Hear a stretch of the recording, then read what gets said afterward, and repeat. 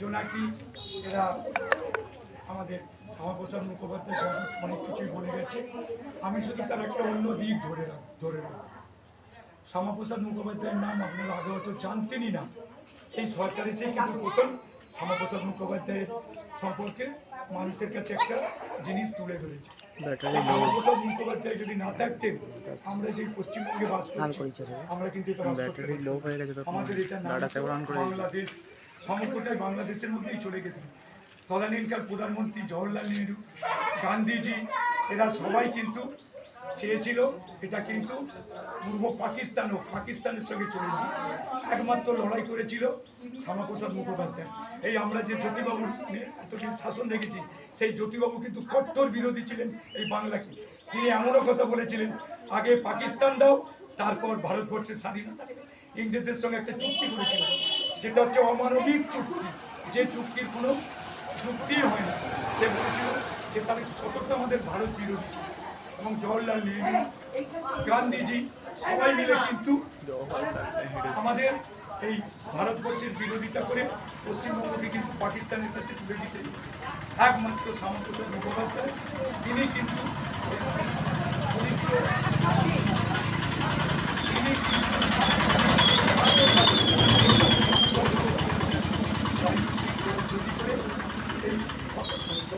একটা দল তৈরি করে প্রথম বিরোধিতা করে যে না, এদিকে হিন্দু আছে, এই বাংলাকে দুভাগ করাও, যেদিকে হিন্দু মেজরিটি আছে তারা ভারতবর্ষের সঙ্গে যাক, যারা মুসলিম মেজরিটি আছে তারা আলাদা দেশ তৈরি হোক, বাংলাদেশ নাম।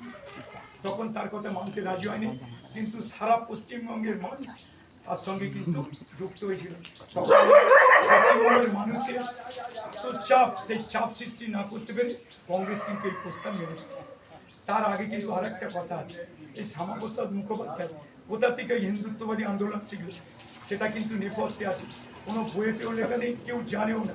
শুধুমাত্র তার এখন নাতি, তার নাতির নাম হচ্ছে শান্তনু মুখোপাধ্যায়। তিনি সব ঘটনা গোপাল মুখোপাধ্যায় বাড়িতে আসতেন।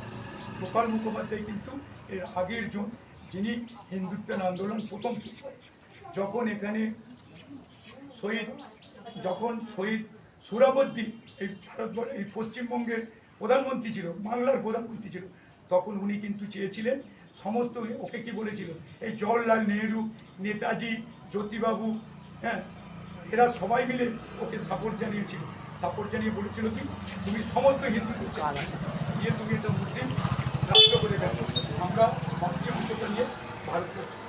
কিন্তু একমাত্র এই মানে গোপাল মুখোপাধ্যায় ও কিন্তু লড়াই করেছিল, এবং ওরা যদি একটাকে শেষ করেছিল, হাজার হাজার মুসলিমকে শেষ করে ও মুসলিমকে কমিয়ে দিয়ে এখান থেকে কিন্তু হিন্দুদের স্থান করেছিল।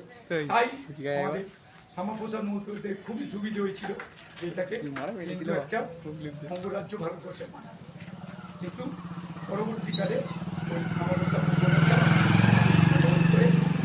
পশ্চিমবঙ্গ এটা হচ্ছে আমাদের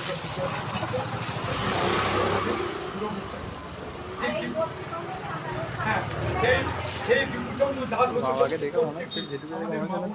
বাড়িতে বাজারে এতদিন কংগ্রেস গভর্নমেন্ট গেছে, সিপিএম গভর্নমেন্ট গেছে 35 বছরে, তৃণমূল জড়িয়ে দিলে আর কিছু না, জ্বালিয়ে দিলে যে পশ্চিমবঙ্গ কার সৃষ্টি, কে তার রূপকার জানেন।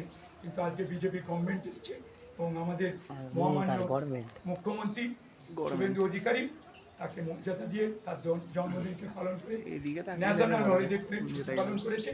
তাই তার জন্মদিনকে আমরা গভীরভাবে পালন করছি।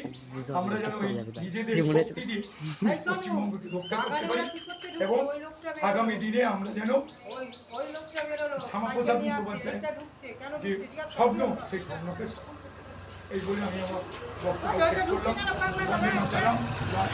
ভারত মাতা কি জয়, জয় শ্রীরাম।